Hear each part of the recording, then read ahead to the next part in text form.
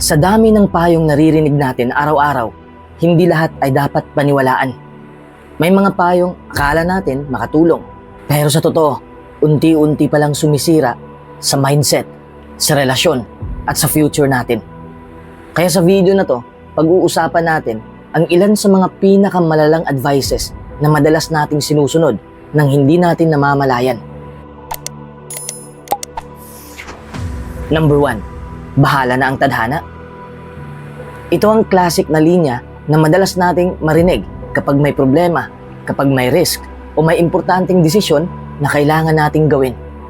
Pero kung iisipin mo ng malalim, ito rin ang isa sa pinakamapanganib na mindset na pwede mong bitbitin habang naglalakad ka papunta sa future mo. Kasi oo, maganda ang ideya na may tadhana. Comforting siya, nakakagaan siya ng dibdib. Pero ang problema, kapag ginawa mo siyang excuse, nawawala ang role mo sa kwento ng buhay mo. Parang iniwan mo yung manibela sa driver na hindi mo naman kilala. Tapos umaasa kang dadalhin ka niya sa tamang direksyon. Marami ang nasisira ang opportunities, hindi dahil wala silang chance, kundi dahil inasa nila sa kapalaran ang dapat sana ay pinagplanuhan, pinaghandaan at pinaglaban nila.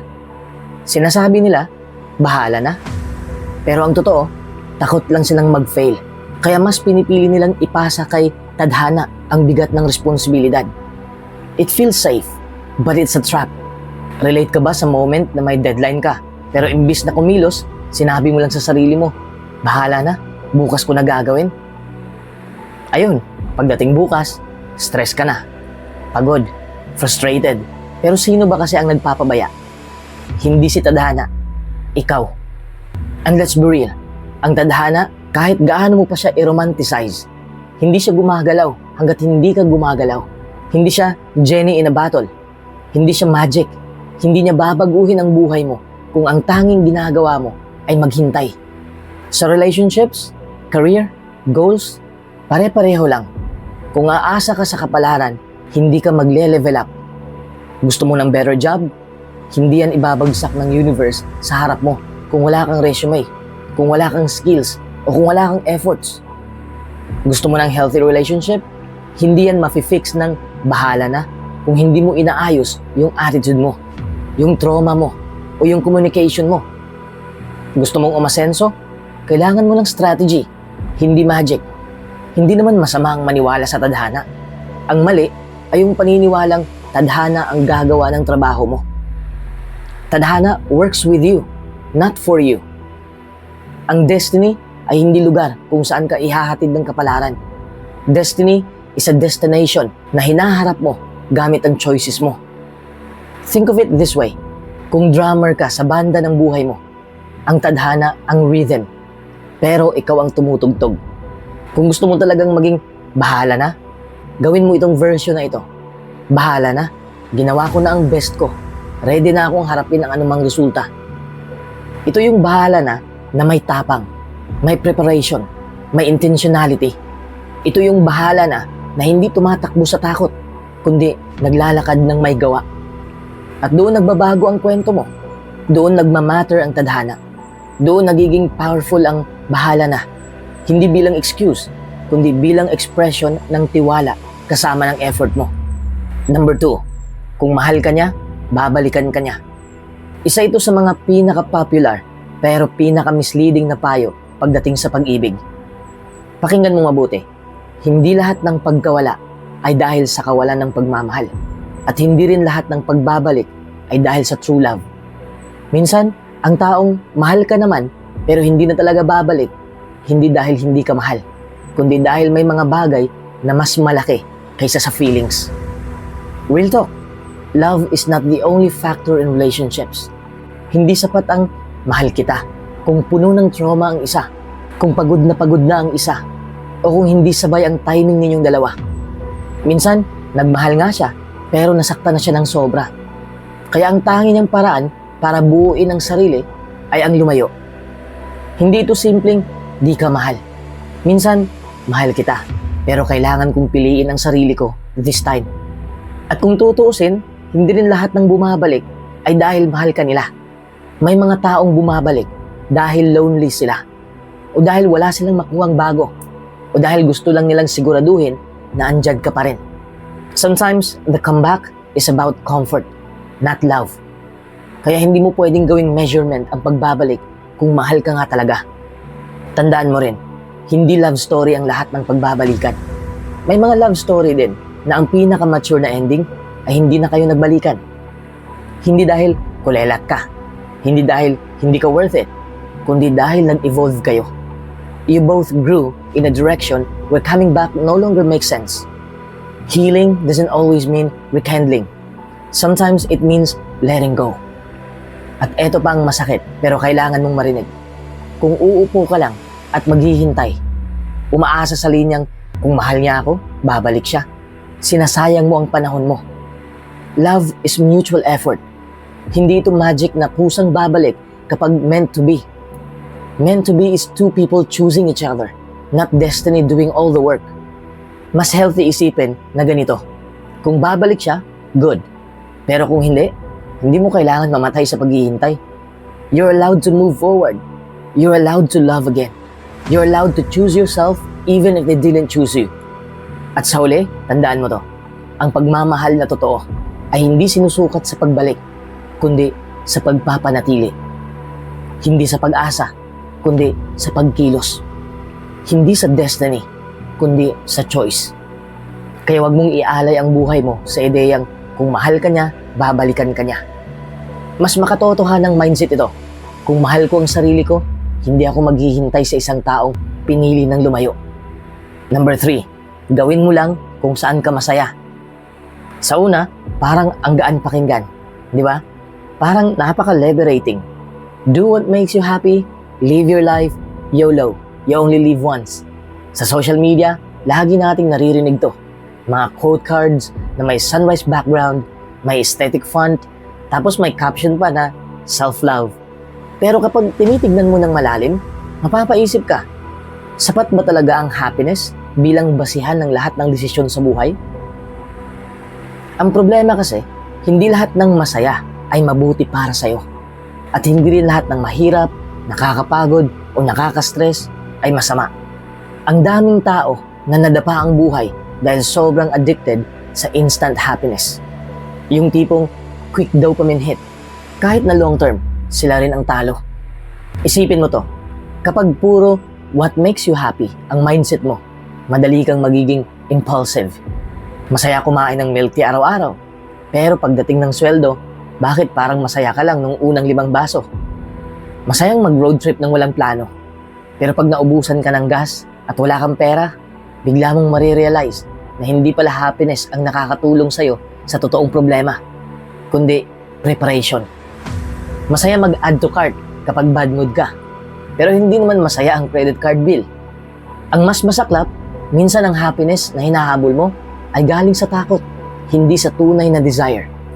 Halimbawa, masaya kang umiwas sa responsibility kasi ayaw mo ng pressure. Masaya kang mag-scroll maghapon sa social media kasi ayaw mong harapin ang goals mo. Masaya kang nanatili sa comfort zone kasi natatakot kang mabigo. But comfort is not the same as happiness.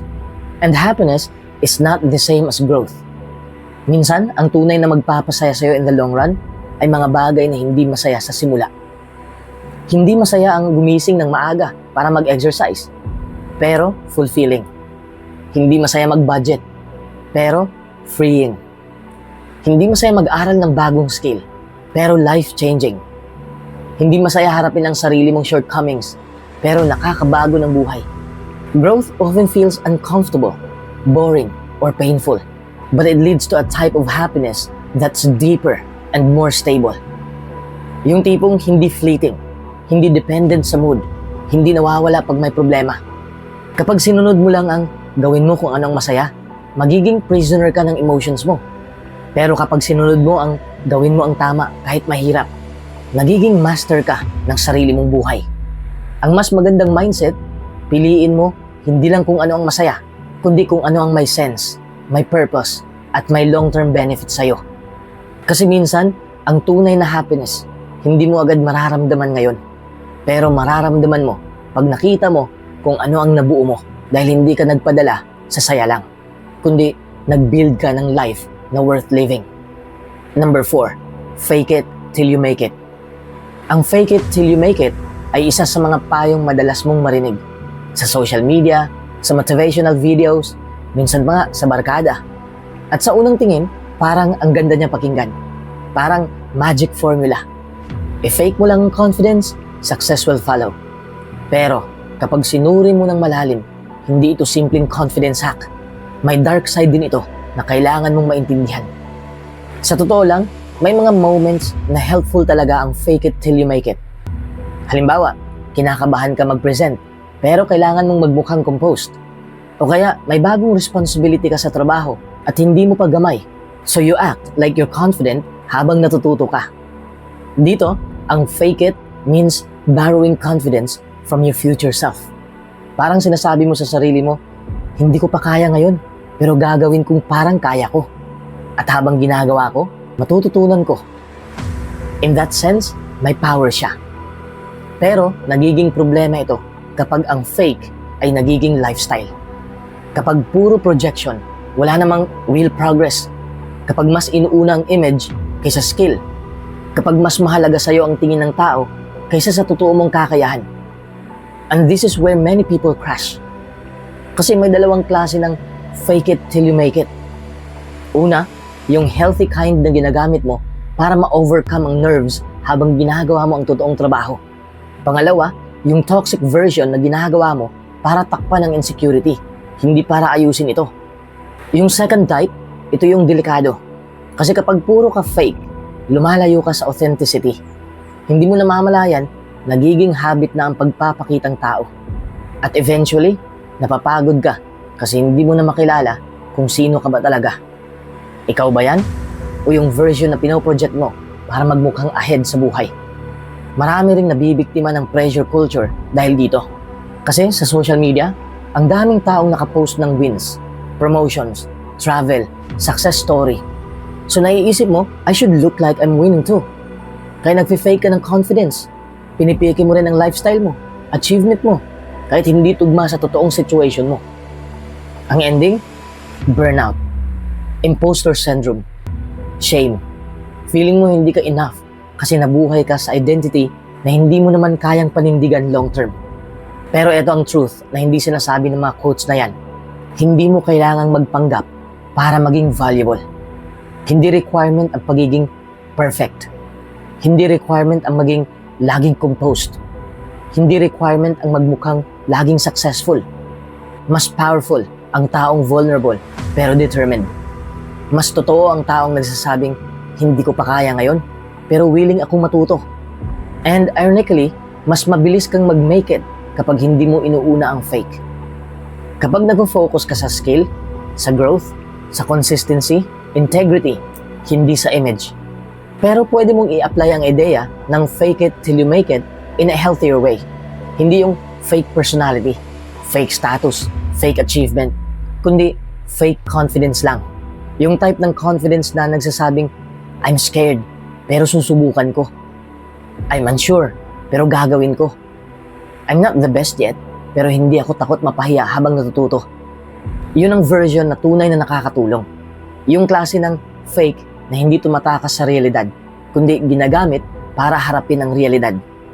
So the next time na marinig mo ang fake it till you make it, tandaan mo, hindi mo kailangan magpanggap para magtagumpay. Hindi mo kailangang sabayan ang pressure ng mundo. Hindi mo kailangang gumawa ng character na hindi ikaw. Ang kailangan mo lang ay courage, kahit maliit. Courage to show up. Courage to start. Courage to grow, kahit mabagal. Courage to be genuine, kahit hindi perfect. Dahil sa dulo, ang tunay na making it ay hindi galing sa pagpapanggap. Nagmumula yun sa pagiging ikaw, sa pag-usad mo araw-araw, at sa skills na pinaghirapan mo ng totoo. Number 5, kapag hindi mo kaya, huwag mo na lang subukan.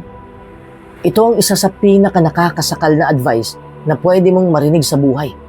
At ang mas malala, madalas itong nanggagaling sa mga taong natakot din sumubok. At ngayon, gusto ka ring hilahin sa parehong kahon na kinulong sila noon. Kapag sinabi mong, hindi ko kaya, ang totoo niyan, hindi pa. Not yet. Walang baby na marunong agad maglakad. Walang swimmer na agad lumalangoy. Walang pianistang magaling sa unang pindot. Lahat ng great sa buhay nagsimula sa pagiging awkward, sablay, takot, at clueless. Pero bakit parang bawal magkamali? Bakit parang kapag hindi ka magaling sa first try, failure ka na agad? Kasi sa kultura natin, may pressure na dapat magaling ka agad. Kahit sa school, kapag hindi ka perfect, tatawanan ka. Sa bahay, kapag nagkamali, sisigawan. Sa work, kapag may sablay, i-judge. Kaya natututo ang tao na iwasan ang hindi pa nila kaya dahil feeling nila nakakahiya maging beginner. Pero isipin mo to, lahat ng bagay na kaya mo ngayon, dati hindi mo kaya. Di ba? Yung pagbike, yung pagsusulat, yung pagkanta, yung pagharap sa problema, yung pagiging matapang. Hindi yan inborn. Pinapractice yan. Ang problema sa linya na wag mo nang subukan, simpleng salita siya, pero malakas ang epekto. Para siyang invisible cage. Hindi mo nakikita, pero nakakulong ka. At ang pinakamasakit, ikaw mismo ang naglalak mula sa loob. Hindi ka sumusubok mag-apply sa trabaho kasi baka ma-reject ka. Hindi ka nagbabago ng career kasi baka pumalpak. Hindi ka nagtatry ng bagong skill kasi baka pagtawanan. Pero paano kung hindi? Paano kung kaya mo pala? Paano kung yung bagay na kinatatakutan mong subukan ang mismo magbubukas ng pintuan sa buhay na gusto mo? Real talk, fear disguises itself as logic. Gumagawa ang utak natin ng kung ano-anong practical reasons para hindi tayo kumilos. Pero deep down, takot lang tayo masaktan. Takot lang tayong mapahiya o magmukhang tanga. But guess what? Lahat ng matatag ay dumaan sa pagiging tanga muna. Lahat ng magaling ay dumaan sa pagiging mediocre. Lahat ng leader ay dumaan sa sobrang daming pagkakamali. Kung mananatili ka sa comfort zone, oo, safe ka. Pero hanggang doon ka lang. Safe, pero di umaasenso. Komportable, pero hindi lumalago. Alive, pero hindi living. Kaya kapag may nagsabi na kapag hindi mo kaya, huwag mo nang subukan. Ang sagot mo dapat, paano ko malalaman kung hindi ko susubukan? You owe it to yourself to try. Hindi para patunayan sa iba, kundi para patunayan sa sarili mo na karapat-dapat kang mangarap. At may kakayahan kang gawing totoo yon. At kahit mag-fail ka, good. Ibig sabihin, nag-attempt ka, nag-move ka, nag-progress ka. Failures are not the opposite of success. They are part of success. So huwag mong hayaang diktahan ka ng napaka-limiting na payong ito. Subukan mo pa rin. Matuto ka, madapa ka, bumangon ka. Do it scared. Do it messy. Do it imperfect. Dahil ang tunay na tanong ay hindi ko ba kaya? Gaano kalaki ang mawawala sa akin kapag hindi ko sinubukan?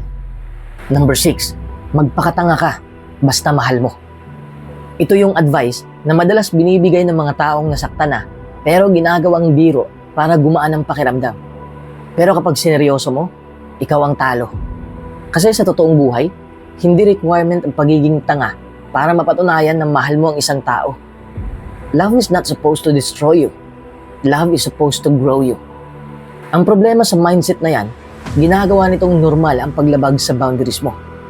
Parang sinasabi nitong, okay lang kahit hindi ka nire-respeto, binabaliwala ka, or may ginagawa siyang mali. Importante, mahal mo siya. Pero hindi ganun gumagana ang healthy love. Hindi mo kailangan maging martyr para lang ma-feel na valuable ka sa isang relasyon. Hindi mo kailangan tiisin ang red flags just to keep someone. Hindi mo kailangang i-sacrifice ang self-worth mo to get someone to stay. Hindi mo kailangang magpaka-available 24/7 para lang mapansin. Ang pag-ibig, hindi exam na kailangan mong mangopya. Kailangan mong mag-adjust o magpaka-humble ng sobra para pumasa. At hindi rin ito survival game kung saan ang mananatili ay yung pinakamasayang magpakasakit. If anything, love should push you to become better emotionally, mentally, spiritually. Hindi yung ikaw yung laging nauubos. Relatable yan sa marami sa atin. Lahat tayo, at some point, naging sobrang giving, sobrang understanding, sobrang patient, hanggang sa na-realize natin na wala nang natira para sa sarili. You give and give and give until you start feeling empty. Pero convincing yourself na it's okay, mahal ko naman eh. Pero the truth, hindi mo dapat gawing excuse ang pagmamahal para pahintulutan ang sakit. Love should not require self-destruction. Love should not require you to lose your identity. Love should not ask you to abandon your peace. When you allow someone to hurt you over and over dahil mahal mo, sinasanay mo ang puso mo sa emotional damage. Tinuturuan mo rin yung kabilang tao na okay lang kahit paulit-ulit ka niyang saktan dahil hindi ka naman umaalis. Ang ending, you're teaching them how to treat you badly. At hindi ito tungkol sa pagiging bitter o pagiging ma-pride. This is about respecting yourself enough to choose love that also chooses you. Love that values you. Love that doesn't require you to shrink para lang hindi ka mawala. Ang tunay na pagmamahal, hindi ka tinutulak sa pagiging tanga. Tinutulak ka nito sa pagiging mas buo. Remember this, if love requires you to lose your dignity, it's not love, it's attachment. If love requires you to stay quiet in your pain, it's not love, it's fear.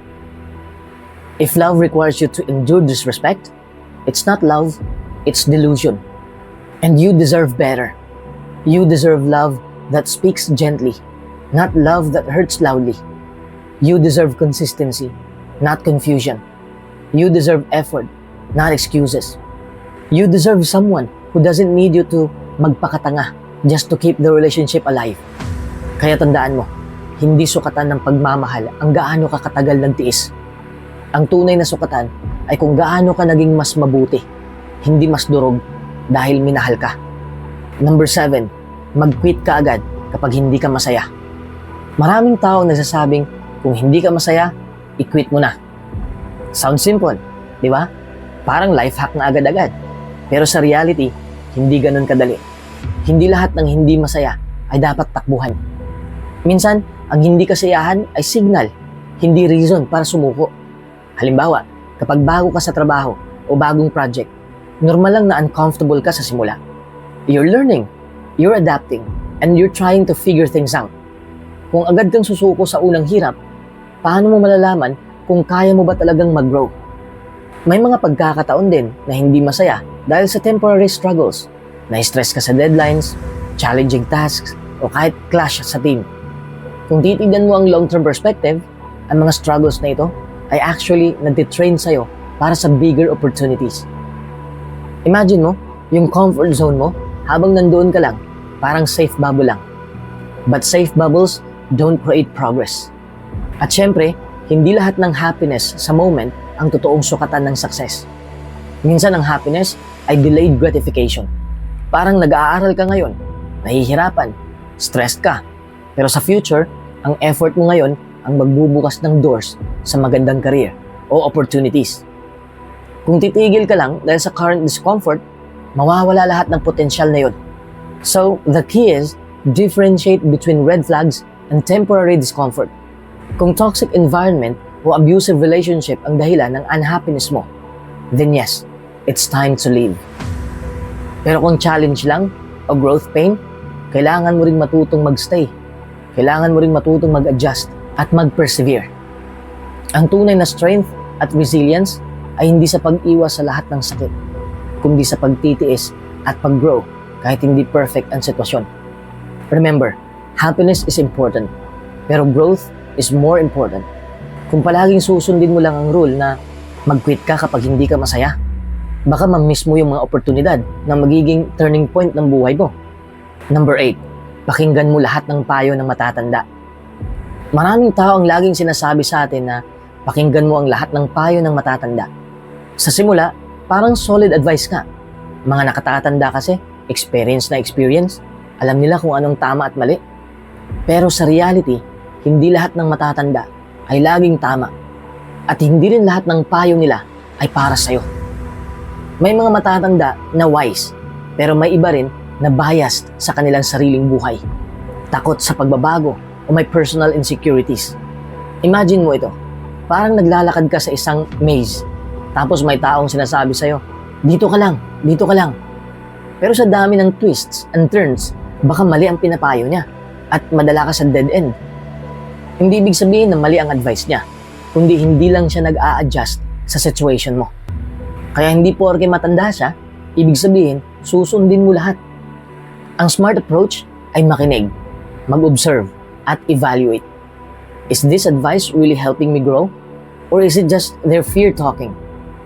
Dapat alam mo rin kung ano ang dapat tanggapin at ano ang pwede mong i-ignore. Parang filter lang sa social media. May mga posts na good, may mga posts na misleading. Ganon din sa advice. Take what's valuable, leave what's not. Ang pinaka-relatable, minsan nakaka-frustrate na may matatanda na gusto kang i-control o limitahan.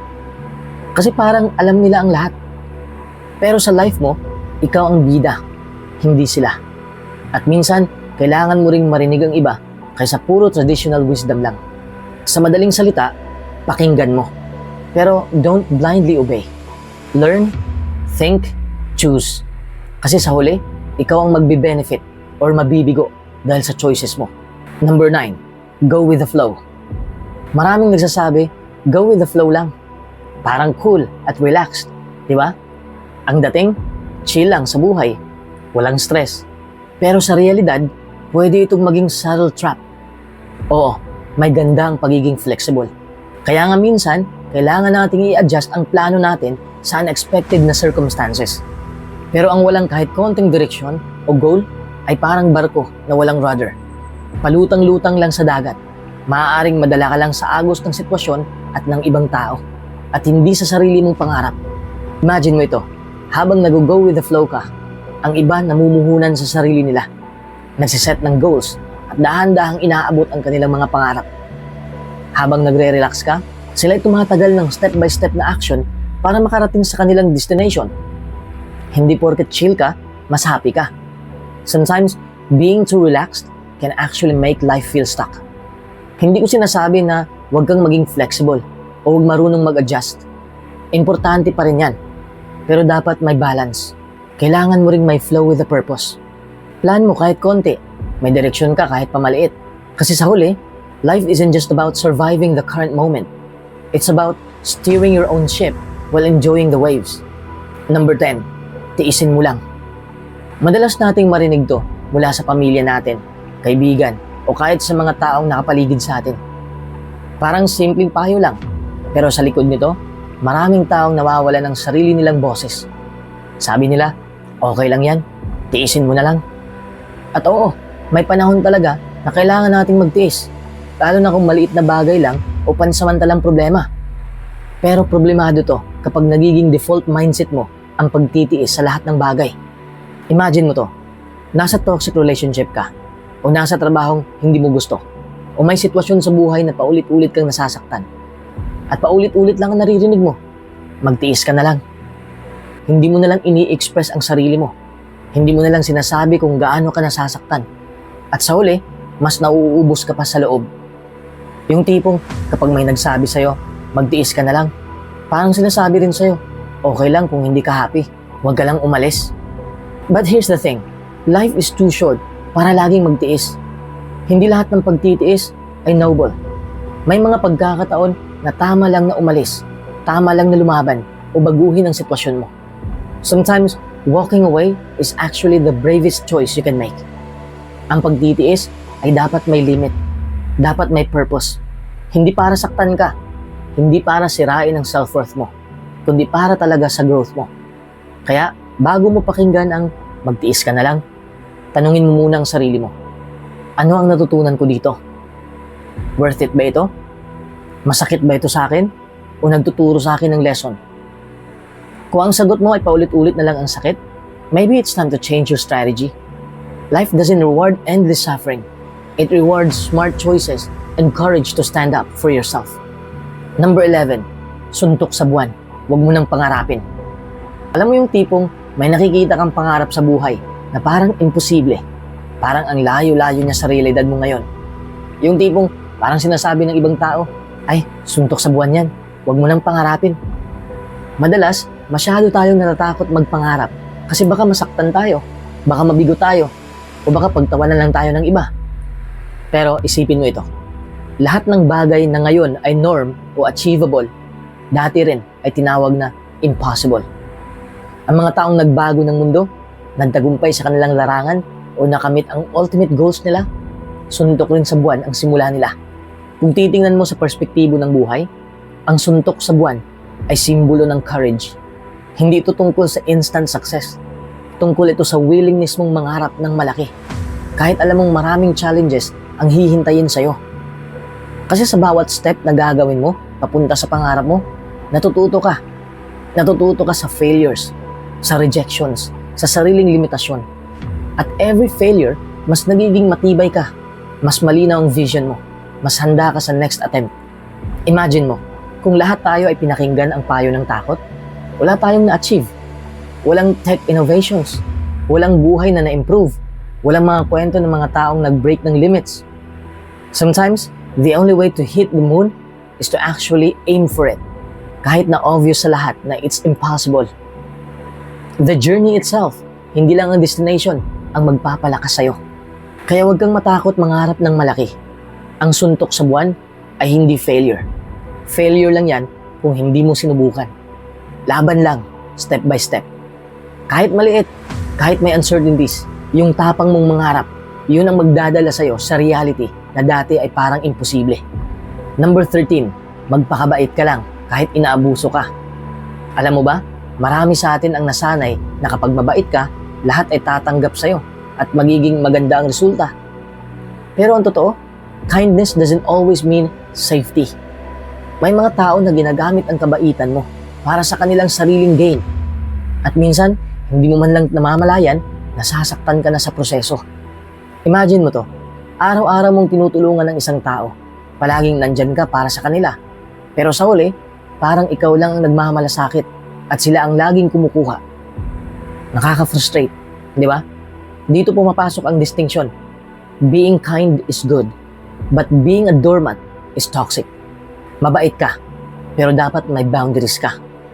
Hindi masama ang magsabi ng enough is enough o lumayo kapag paulit-ulit kang nasasaktan. Being kind doesn't mean tolerating abuse. Sa English, they say, don't mistake my kindness for weakness. Pwede kang maging mabait, pwede kang magpakita ng compassion, pero kailangan mong protektahan ang sarili mo. Kasi ang kabaitan mo ay valuable. Huwag mong hayaang masayang sa taong hindi deserving.